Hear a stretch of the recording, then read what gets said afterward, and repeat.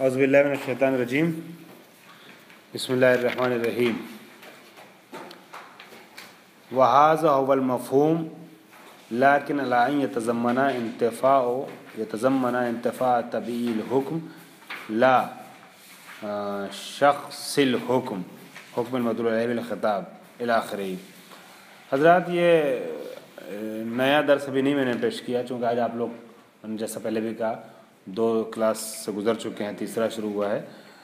نئے درس میں صرف ہلکا سا ورود ہوگا، لیکن پچھلا درس جو تھا وہ بعض جگہوں پر میں خود سمجھ رہا تھا کہ آپ لوگوں کے لیے مزید وضاحت کی ضرورت ہے، اور میں نے وعدہ کیا تھا، اسی وعدے کے تحت میں پچھلے درس کو مکمل کر رہا ہوں، چونکہ آخری پیراگراف پورے طور سے آپ لوگوں کے لیے بیان نہیں کیا تھا میں نے، اور آخری پیراگراف کو بیان کرنے کے لیے ضروری یہ ہے کہ پچھلے پیراگرافوں کی بھی ہلکی سی ایک بازدید ہو، اس کی طرف ایک مراجعہ ہو۔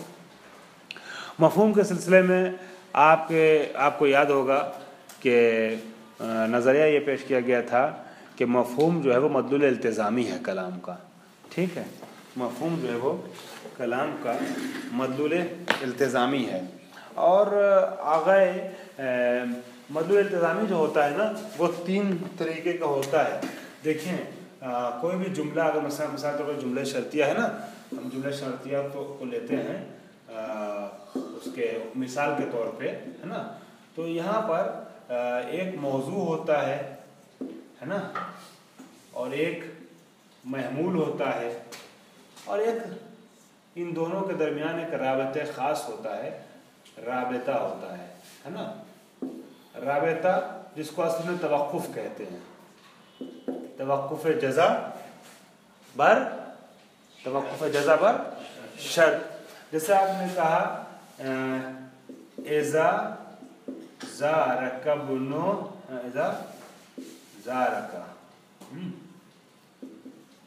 کریمین فوجب احترامہ،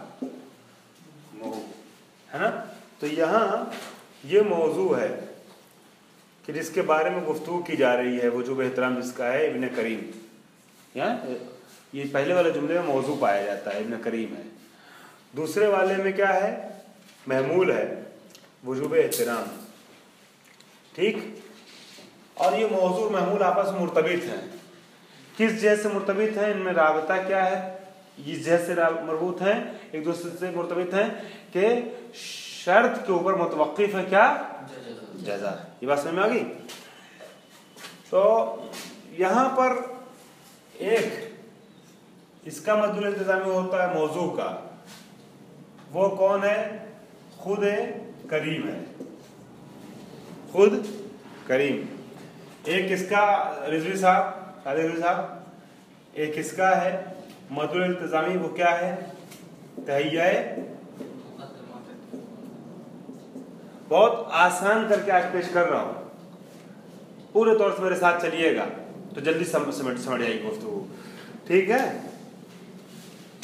اور تو ایک اس کا مفہوم ہے اذا زارک ابن کریم، جب تمہارے پاس ابن کریم آئے تو ساتھی غافل صاحب تمہارے پاس ابن کریم آئے تو کیا کرنا ہے؟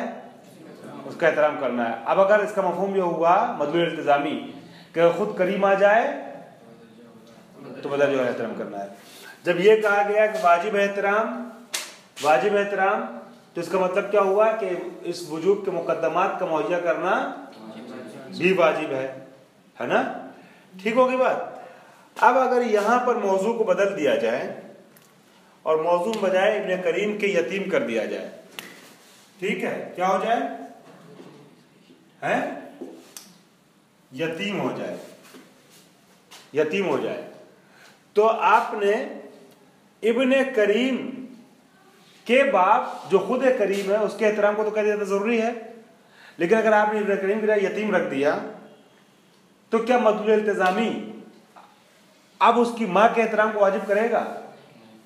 نہیں کرے، مدلول التزامی ختم ہو گیا۔ مدلول التزامی جو اس کا تھا، کیونکہ کرم کی وجہ سے ابن کریم کا احترام ہو رہا تھا، کرم کی وجہ سے ابن کریم کا، ہے نا، کریم کے کرم کی وجہ سے، تو ظاہر سی بات ہے خود کریم کا احترام تو جب کریم کے کرم کی وجہ سے اس کے بیٹے کا احترام، کریم کی وجہ سے اس کے بیٹے کا احترام ہو رہا ہے تو کریم، لیکن یتیم کا احترام یتیم کی ماں کی وجہ سے نہ ہو رہا ہے. تو اب اگر یتیم کر دیا آپ نے اذا زارک یتیمن، تو وہاں پر اب یہ نہیں ہے کہ اس کی ماں کا احترام واجب ہو جائے گا. ہوگی بات؟ اسی طریقے سے اگر یہاں پر بجائے وجوب کے کیا کر دیا جائے، استحباب لایا جائے، مستحب یستحب، استحباب. آپ نے کہا کہ جب کریم تمہارے پاس آئے تو اس کا احترام واجب ہے. مولانا بہت اچھی بحث ہے، متوجہ رہیے گا سب لوگ، بہت خوبصورتی سے پیش کی جا رہی بحث.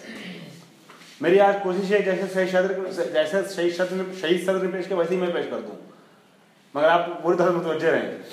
اب اگر یہاں پر کہا گیا وجب احترامہ، وجب احترامہ جب کہا گیا تو مقدمات واجب بھی کیا ہوتے ہیں، ہے نا، مقدمات واجب ہوتے ہیں. وضو واجب ہے نہیں واجب ہے؟ کیوں واجب ہے؟ کیونکہ نماز واجب، اس کا مقدمہ ہے. یہ پاسپورٹ حاصل کرنا، گاڑی فلائٹ بک کرنا، تمام چیزیں واجب ہیں کہ نہیں واجب ہے اس مستطیع کے اوپر؟ تو کیا یہ پاسپورٹ بنانا واجب ہے؟ کیونکہ مقدمہ ہے کس کا؟ حج کا، لہذا واجب ہے. تو مقدمہ واجب کیا ہو جاتا ہے؟ واجب ہو جاتا ہے نا. مقدمہ مستحب بھی کیا مستحب ہے؟ نہیں ہے. اصولیوں کا یہ کہنا ہے کہ مقدمہ واجب ہوتا ہے مگر مقدمہ مستحب خود یعنی خود وضو بھی واجب ہے، خود وضو بھی واجب ہے. ٹھیک ہے، مقدمہ واجب کے باب سے بتتا ہے مگر واجب ہے، لیکن مقدمہ مستحب نہیں ہے.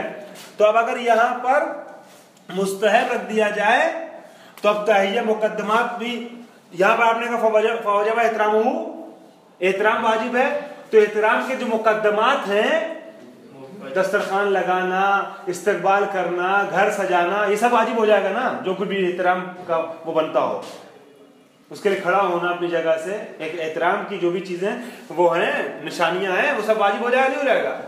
لیکن اگر احترام مستحب ہو جائے، ٹھیک ہے، یہاں پر آپ نے مستحبن کر دیا، تو اب اس کے مقدمات کو مہیا کرنا مستحب ہوگا؟ نہیں ہوگا، کیونکہ مقدمہ ذیل مقدمہ واجب ہوتا ہے، لہٰذا آپ نے تحیہ مقدمات جو ہے وہ واجب کہا ہے. لیکن مقدمہ ذیل مستحب نہیں ہوتا، لہٰذا مستحب نہیں ہوا. ہوگی بات؟ تو ابھی تک دو مفہوم سامنے آئے، وہ دو مدلول التزامی. ایک مدلول التزامی یہ ہے خود کریم، یہ کس کا مدلول التزامی ہے مولانا؟ موضوع کا مدلول التزامی. موضوع کی وجہ سے سمجھ میں آ رہا ہے کہ کریم کا احترام واجب ہے. تحیہ مقدمات ہے، احترام واجب ہے، یہ کہاں سے سمجھ میں آ رہا ہے؟ محمول کا مدلول التزامی ہو گیا، مفہوم ہو گیا. ٹھیک ہے. تیسرا ایک اور مفہوم ہے، وہ توقف ہے جزا پر شرط. توقف ہے جزا پر شرط، یعنی یہ جزا متوقف ہے اس شرط کے اوپر. اس کا مطلب یہ ہوا کہ جب زیارت نہ ہو، زیارت متوقف ہے کاہے پر؟ احترام متوقف ہے کاہے پر؟ زیارت پر. تو اگر زیارت نہ ہو اضافات الشرط، یہ مفہوم ہے. تو ابھی تک تین مفہوم سامنے آئے آپ کے، ہے نا، تین مفہوم سامنے آئے جن کو مدلول التزامی کہا جاتا ہے. ایک مدلول لغوی، مدلول التزامی، تین ہو گئے نا. جو بات انہوں نے فرمائی صاحب وہ محقق نائنی رحمۃ اللہ علیہ نے، ہے نا، محقق نائنی کی بات جو انہوں نے بتائی ہے، اس کے اعتبار سے یہ تینوں مفہوم بن رہا تھا. یہ والا بھی اور یہ والا بھی. جو مدلول التزامی موضوع کا ہے وہ بھی مفہوم بن رہا تھا، جو اس کا ہے وہ بن رہا تھا، اور جو اس کا ہے وہ بھی بن رہا تھا. شہید صدر فرماتے ہیں کہ حضور اگر کیا نام ہے موضوع کا مفہوم مرتفع ہو جائے، محمول کا موضوع مرتفع ہو جائے، لیکن خود یہ باقی رہے ربط، توقف جزا پر شرط، ہے نا، تو اس کو مفہوم کہا جائے گا. یہ ہے اصل مفہوم اصطلاحی، مفہوم اصولی اصطلاح میں مفہوم کسے کہتے ہیں؟ اس چیز کو کہتے ہیں کہ اگر اس کے دونوں طرف کو بدل بھی دیا جائے تب بھی اس کی روح باقی رہے. کیسے؟ اب یہاں پر آئیے گا، دو مثالیں دیتا ہوں. ایک ہے مثال کے طور پہ دو مثالیں، آپ چاہیں تو ان دونوں مثالوں کو لکھ سکتے ہیں کہ اذا جاءک زید فاکرمہ، اذا جاءک زید فاکرمہ، ایک یہ ہے اور ایک ہے اذا زالت الشمس فصلی. مولانا یہ کیا ہے اور یہ کیا ہے؟ اذا جاءک زید، مجیء زید، یہ کیا ہے؟ مجیء زید کیا ہے مولانا؟ موضوع ہے. فاکرمہ کیا ہے؟ اکرامی احترام، یہ محمول ہے نا؟ یہ موضوع ہے اور یہ محمول ہے. ادھر آ جائیے، اذا زالت الشمس، یہ زوال شمس کیا ہے؟ موضوع ہے. اور صلاۃ کیا ہے؟ حکم صلاۃ، وجوب صلاۃ محمول ہے نا؟ ہوگی بات. ایک اور چیز ہے یہاں پر، وہ کیا ہے؟ توقف جزا برشرط. یہاں پہ بھی ہے، کیا ہے؟ توقف جزا. یہ جو انہوں نے شہید صدر نے فرمایا جب ہم بدل دیں موضوع محمول کو، اس سے مراد کیا ہے؟ انہوں نے ایک پیراگراف یہاں پر یہ بتایا تھا کہ وَمَهْمَا غَيَّرْنَا مِنَ الشَّرْطِ وَالْجَزَاءِ، جب ہم شرط و جزا کو بدل دیتے ہیں تب بھی مدلول ثالث اپنی روح اصلی کے ساتھ کیا رہتا ہے؟ مدلول ثالث کیا مولانا؟ احسن بولیے. ہاں اب آپ میرے ساتھ آنے لگے. مدلول ثالث جو ہے وہ ربط ہے. ربط کو دوسرے لفظوں میں کیا کہیں گے؟ احسن. توقف جزا پر شرط کہتے ہیں کہ یہ ربط جو ہے نا، یہ توقف جزا پر شرط، یہ اپنی حالت یہ باقی رہتا ہے اگر موضوع محمول کو بدل دیا تب بھی. آپ یہ دیکھیے، اذا جاءک زید فاکرمہ میں جب زید تمہارے پاس آئے تو اس کا احترام کرو، اور اذا زالت الشمس فصلی میں جب زوال شمس ہو جائے تو پھر کیا کرو؟ نماز پڑھو. ان دونوں میں موضوع محمول الگ الگ ہیں. یہاں پہ موضوع یہ ہے، محمول یہ ہے. یہاں پہ موضوع یہ، محمول یہ ہے. لیکن اس جملے کو اس سے بدل دیا گیا، مجیء کو زوال سے بدل دیا گیا اور اکرام کو صلاۃ سے بدل دیا گیا. پھر بھی وہ چیز باقی ہے بیچ میں اپنی روح کے ساتھ. کیا؟ توقف جزا برشرط. یہ ابھی بھی کیا ہے؟ باقی ہے اپنی حالت پر. ٹھیک ہے، آئیے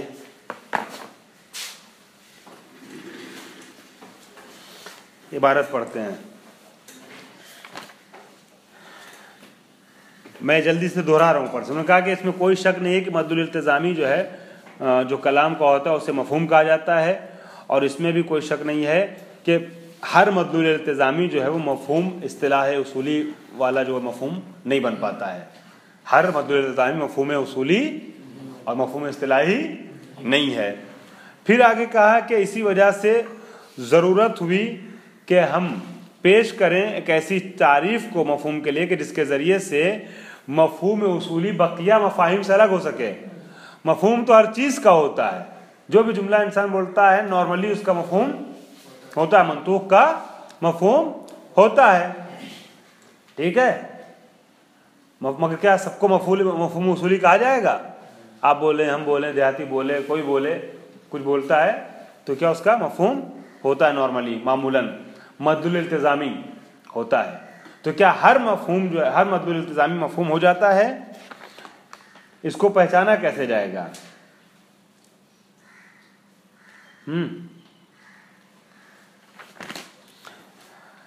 تو اس باب میں اس مرحلے میں جب آگے بڑھے آغا نائنی تو انہوں نے کہا کہ مفہوم جو ہے لازم بین کو کہتے ہیں. اب چاہے لازم بین مطلق ہو چاہے لازم بین اخص ہو، مفہوم کسے کہتے ہیں؟ لازم بین کو کہتے ہیں، یعنی ایک چیز بول کر کے دوسرے تک ذہن منتقل ہو جاتا ہے، جس میں ہے دوات بولا گیا، قلم بولا گیا، دوات ذہن میں آیا، اور 2 اور 4 بولا گیا، ان دونوں کے درمیان نسبت سمجھ میں آ گئی کہ یہ 2 4 کا آدھا ہوتا ہے۔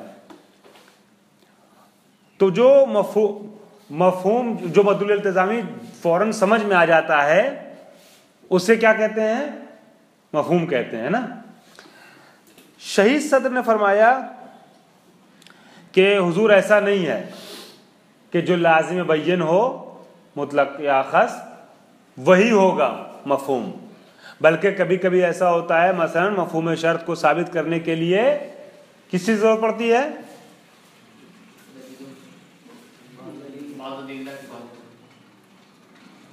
بیداری سے سنیے، میں بھی تھکا ہوا ہوں آپ لوگوں کی طریقے سے، میں بھی تو نماز کے بعد سے سویا نہیں ہوں، تو لیکن جب میں حق ادا کرنے کے لیے یہاں آپ کے پاس آیا ہوں، میں چاہتا مشکانی صاحب میرے ٹائم پہ یہاں کلاس میں اگر میں جا سکتا تھا واپس، مجھے 1 گھنٹہ تو پڑھاتی مجھے معلوم تھا، لیکن میں آپ لوگوں کی محبت میں رکا ہوں، تو آپ لوگ بھی جو ہے وہ بیداری سے سنیے، تھکے مجھ کی طریقے سے کیوں ہیں؟ ایک بار صلوات پڑھ دیں آپ لوگ مل کر کے۔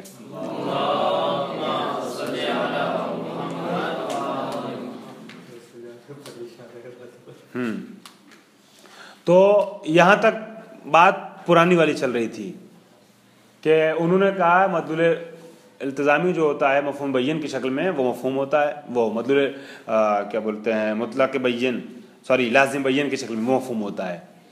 شہید صدر نے کہا نہیں ایسا کوئی ضروری نہیں ہے، بلکہ دلیل کے ساتھ جو چیزیں ثابت ہوتی ہیں، جو مفہوم مدلول ثابت ہوتا ہے وہ بھی دلیل کے ساتھ کبھی کبھی مفہوم کو ثابت کیا جاتا ہے، ٹھیک، مفہوم اصولی کو۔ اب شہید صدر یہاں پہ فرماتے ہیں فلولا یقال، بہتر یہ ہے کہ اس بات کو اس طریقے سے کہا جائے کہ ان المدلول التزامی تارتاً یکون متفرعا علی خصوصیت الموضوع فی القضیۃ المدلولۃ للکلام المطابقۃ، کبھی ایسا ہوتا ہے کہ مدلول التزامی متفرع ہوتا ہے کس چیز سے مولانا؟ کس چیز سے متفرع ہوتا ہے؟ موضوع سے۔ یہاں ہے اذا زارک ابن کریمین، یہاں پر ابن کریم جو موضوع ہے نا اس سے متفرع ہو رہا ہے مفہوم کیا بن رہا ہے؟ خود کریم، ٹھیک ہے، اس کی زیارت ضروری ہے۔ وَأُخْرَى يَكُونُ مُتَفَرِّعًا عَلَى خُصُوصِ محمول بِهَذَا النَّحْوِ، اور کبھی کبھی ایسا ہوتا ہے کہ کلام دلالت مطابقیہ رکھتا ہے، ایک بات کو ضرور سمجھا رہا ہے نا، کلام بول رہا ہے، جب تمہارے پاس کریم ہے تو اس کا احترام، ابن کریم ہے تو اس کا احترام کرو، تو کلام میں جو حصہ محمول والا ہے اس محمول سے موضوع وہ مفہوم سمجھ میں آتا ہے، محمول کے ذریعے مدلول التزامی سمجھ میں آتا ہے، وہی تاہیج مقدمات، ٹھیک۔ وَالثَّالِثَةً، اور تیسرا مرحلہ جو ہوتا ہے وہ یہ ہوتا ہے، تیسری صورت یہ ہوتی ہے کہ یہ مفہوم متفرع ہوتا ہے، سرچشمہ پاتا ہے کس چیز سے مولانا؟ اس ربط سے، اس خصوصیت سے، ہے نا، اس خصوصیت ربط سے جو قائم ہے قضیے کے دونوں طرفین کے درمیان، قضیے کے دونوں طرف کے درمیان، موضوع محمول کے درمیان، علی نحو یکون محفوظا، اس طریقے سے کہ وہ ربط باقی رہتا ہے کس کے درمیان؟ موضوع اور محمول کے درمیان باقی رہتا ہے، ولو تبدلا کلا الطرفین، اگرچہ دونوں طرف کو احسن دونوں طرف کو بدل دیا جائے تب بھی، یعنی موضوع محمول کو۔ فقولنا اذا زارک ابن کریم وجب احترامہ، پس جو ہم یہ مثال بولیں گے حسن عباس صاحب کہ اذا زارک کریم وجب احترامہ، یدل التزاما، یہ مدلول التزامی کے طور پر 3 چیزوں پر دلالت کرتا ہے، 3 چیزوں کو سمجھاتا ہے۔ یہ درس صادق رضوی صاحب یہ درس ہو چکا تھا اور میں آگے کے درس کا مطالعہ کر چکا ہوں، مگر میں درس کیوں دوبارہ پڑھ رہا ہوں؟ صرف اپنی اس عادت کے تحت کہ جب تک میں مطمئن نہیں ہو جاتا ہوں کہ سامنے والا سمجھا کہ نہیں سمجھا اس وقت تک آگے نہیں بڑھتا ہوں۔ تو اگر دیکھیں آپ در واقع میں تکرار کر رہا ہوں اس درس کی جو پڑھا چکا ہوں آپ کی محبت میں، ہے نا، تو محبت کا جواب کس چیز سے دیا جاتا ہے؟ نفرت سے کہ محبت سے؟ ہے محبت سے نا، تو محبت سے جواب دیجئے، ٹھیک ہے، ورنہ میں سب کو کہہ رہا ہوں، پورے کلاس کو کہہ رہا ہوں کہ محبت کا جواب محبت سے دیا جاتا ہے. تو جب میں آپ لوگوں کی محبت میں اس درس کو تکرار کر رہا ہوں تو پھر آپ بھی اسی حساب سے میرے ساتھ چلیے، ٹھیک ہے.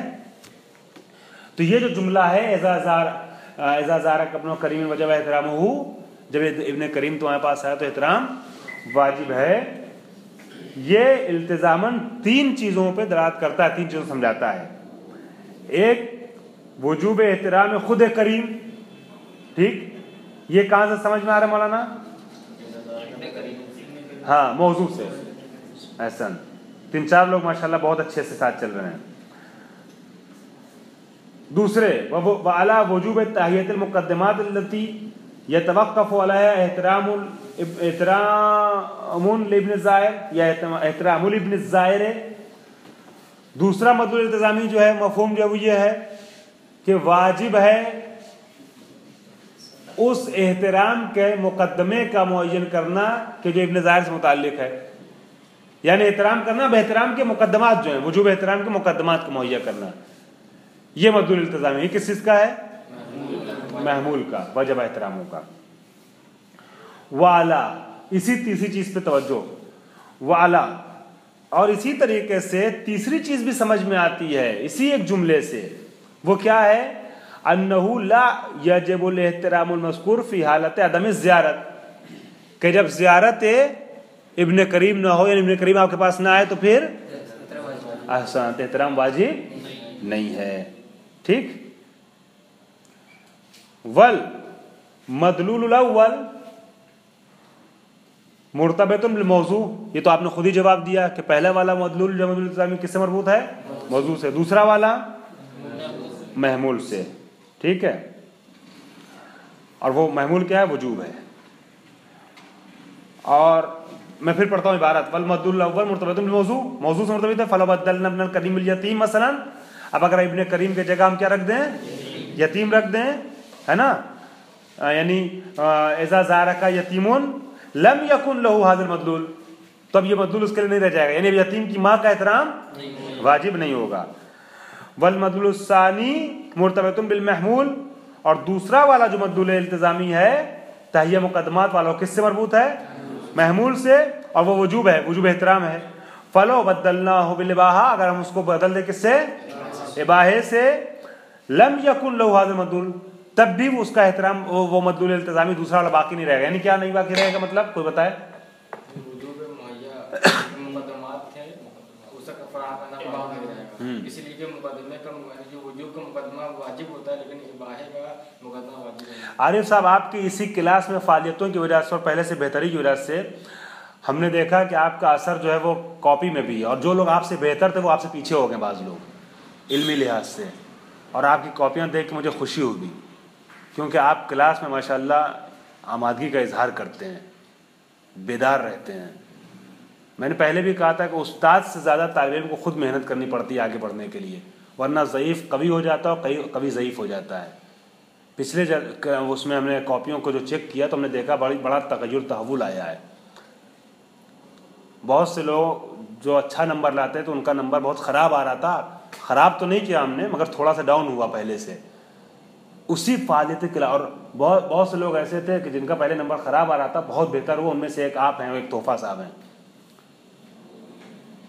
آپ لوگوں نے واقعی کلاس میں آمادگی اظہار کیا ہے. جو جتنے منٹ نہیں، جتنے سیکنڈ کلاس رہا اتنے سیکنڈ آپ متوجہ رہے ہیں آپ لوگ، تو اس وجہ سے اس کا اثر امتحان کاپی میں ظاہر ہوا ہے. اور آپ نے دیکھا ہوگا بہت سے لوگ کاپی جب چیک کرتے ہیں تو امتحان حال میں ہی کاپی نمبر دے دینے لگتے ہیں. میں ویسے نمبر نہیں دے پاتا ہوں، پڑھائی نہیں تو نمبر کیا دینا ہے؟ دیکھ کر خالی نقشہ دیکھ کے، کاپی شکل دیکھ کے یہ کتنا لکھا ہے وہ دیکھ کے نمبر نہیں دے. میں پڑھتا ہوں باقاعدہ ایک کلاس پھر نمبر دیتا ہوں. تو پڑھنے میں ظاہر ہو جاتا ہے کہ کس نے کیسی ایکٹیویٹیز وہ کی، انجام دی ہے ماشاءاللہ.